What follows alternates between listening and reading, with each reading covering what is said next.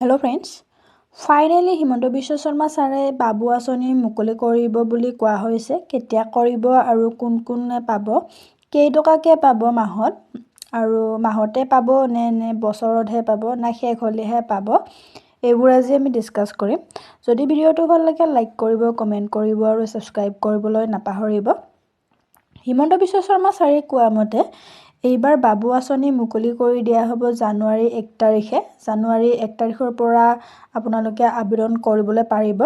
তাৰপিছত নেক্সট ফেব্ৰুৱাৰী বা মাৰ্চ মান্থৰ পৰা আপোনালোকে পাব পাৰিব। আৰু এই বাবু আঁচনিটো সকলো ছাত্ৰই নাপাব, কিছুমান ছাত্ৰসকলেহে পাব।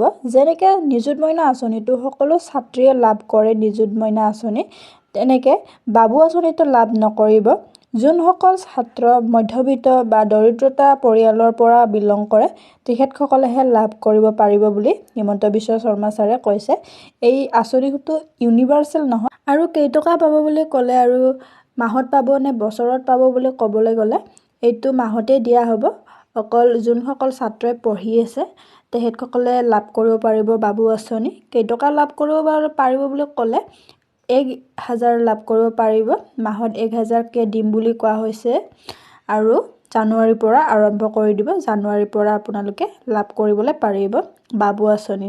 কেনেকৈ আবেদন কৰিব আৰু ক'ত আবেদন কৰিব, এইবোৰ গোটেই অনলাইন হ'ব নে অফলাইন হ'ব, এইবোৰ বাবু আঁচনি যেতিয়া উদ্বোধনী কৰিব 1 জানুৱাৰীত, তেতিয়া গোটেই পাই যাব।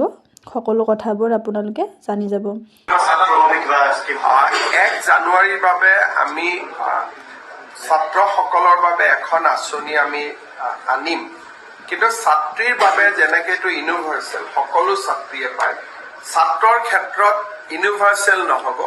অকল দৰিদ্ৰ আৰু নিম্ন মধ্যবিত্তসকলৰ কাৰণেহে আমি এনেকুৱা এটা আঁচনি আনিম। ছাত্ৰীৰ ক্ষেত্ৰত আমি ইকনমিটো নাচাওঁ, সকলোকে দিওঁ, কিন্তু ছাত্ৰৰ ক্ষেত্ৰত আমি ইকনমিটো চাই পেলাই দিম যে নিম্ন মধ্যবিত্ত আৰু দৰিদ্ৰ শ্ৰেণীৰ পৰিয়ালৰ পৰা অহা ছাত্ৰসকলক আমি এটা ভাল আঁচনি এটা আমি আনিম। 1 জানুৱাৰী তাৰিখে অসমত কেইবাটাও নতুন আঁচনি ঘোষিত হ'ব, ইও এটা তাৰ ভিতৰত এটা। জলপানী হ'ব, মাহে মাহে যিটো জলপানী পায়। আমাৰ কথাটো হ'ল ষ্টুডেণ্ট যাতে পঢ়ি থাকে আৰু দেউতাক মাকে যাতে বাৰ্ডেন ল'ব নালাগে। গতিকে ছোৱালীৰ ক্ষেত্ৰত এতিয়া দেউতাক মাকৰ বাৰ্ডেন 50%, আমি 50% লওঁ। ক'ৰবাততো 100%টো হৈ যায় যদি ঘৰৰ কাষতে স্কুল কলেজখন আছে। আৰু ল'ৰাৰ ক্ষেত্ৰতো আমি জলপানীয়ে কৰিম। আমি এনেকুৱা কিবা মানে শিক্ষাৰ লগত জড়িত নথকা নকৰোঁ। প্ৰত্যেকটো স্কিমৰে এটা আদৰ্শ থাকে, গতিকে আদৰ্শটোৰ অনুৰূপ আঁচনি এটাহে আমি লওঁ। ইউজুৱেলি আমি গভৰ্ণমেণ্ট স্কুলতে কলেজতে দিওঁ। প্ৰাইভেটত যোনে ইমান টকা লৈ এডমিশ্যন ল'বই পাৰে তেওঁলোকক আৰু 1,000 টকা তেওঁলোকক